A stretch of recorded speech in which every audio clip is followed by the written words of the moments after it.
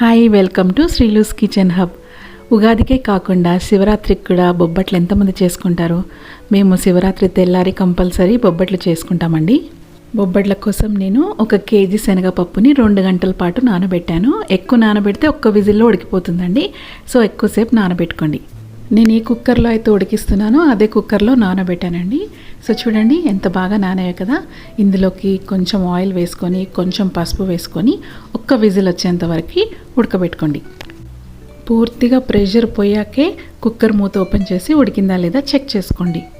నాకు ఒక్క విజిల్కే పర్ఫెక్ట్గా ఉడికిపోయిందండి. చూడండి ఇలా స్పూన్తో తీసి చూడండి, మరీ మెత్తగా ఉండొద్దు, మరీ పలుకుగా ఉండొద్దు. చూడండి ఎంత బాగా కుక్ అయిందో కదా. తర్వాత కింద ఒక పాత్ర పెట్టుకొని దానిపైన చిల్లుల గిన్నె పెట్టుకొని ఇలా వాటర్ అంతా వంపేసుకోవాలి. ఆ వాటర్ మాత్రం అస్సలు పడేయద్దండి. ఏం చేయాలో నేను చెప్తాను. తీసి ఇలా పక్కన స్టోర్ చేసి పెట్టుకోండి. ఈ నీళ్ళతో కట్టుచారు చేయొచ్చండి. ఎంత బాగుంటుందో టేస్టీగా. నేను నెక్స్ట్ వీడియోలో పోస్ట్ చేస్తాను. తర్వాత ఇది మిక్సీ జార్లోకి తీసుకొని ఇలా మెత్తగా రుబ్బుకోవాలి. తర్వాత ఒక గుప్పెడు సోంపు తీసుకొని ఒక 8 ఇలాచీ వేసుకొని బరకగా మిక్సీ పట్టుకోవాలి. సోంపు వేయడం వల్ల మంచి ఫ్లేవరే కాదండి, కడుపులో ఏమైనా ఇబ్బంది అనిపిస్తే గ్యాస్ ట్రబుల్ కానీ అలాంటి ఏ ప్రాబ్లమ్స్ రాకుండా ఉంటాయి.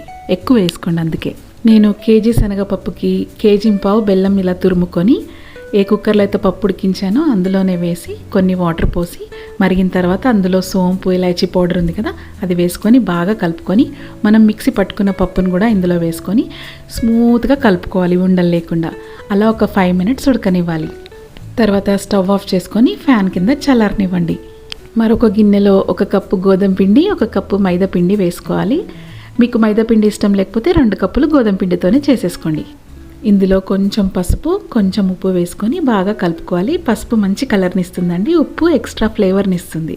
తర్వాత కొంచెం వాటర్ వేస్తూ ఇలా గట్టిగా కాకుండా ఇలా సాఫ్ట్గా కలుపుకోవాలన్నమాట. చపాతీ పిండిలాగా ఎక్కువ ప్రెస్ చేస్తూ కలపద్దండి. తర్వాత ఇందులో 2 స్పూన్లు ఆయిల్ వేసి పిండి అంతటికి పట్టించి అలా మూత పెట్టి ఒక 1.5 అవర్ నాననివ్వండి. చూసారా 1 అవర్ తర్వాత ఎంత బాగా నానిందో.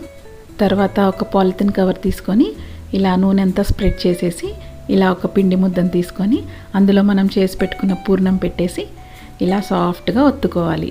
ఎక్కువ పల్చగా చేయకండి, వేసేటప్పుడు చాలా ఇబ్బంది అవుతుంది. సో కొంచెం మందంగా ఉంటే సరిపోతుంది.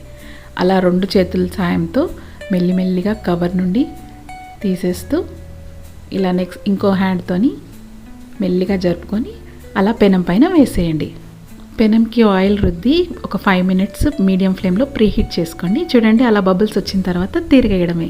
బొబ్బట్టు పైన కమ్మటి నెయ్యి ఇలా స్ప్రెడ్ చేసుకొని మీగడ వేసుకొని వేడి వేడి పాలు పోసుకొని తింటే ఉంటుంది.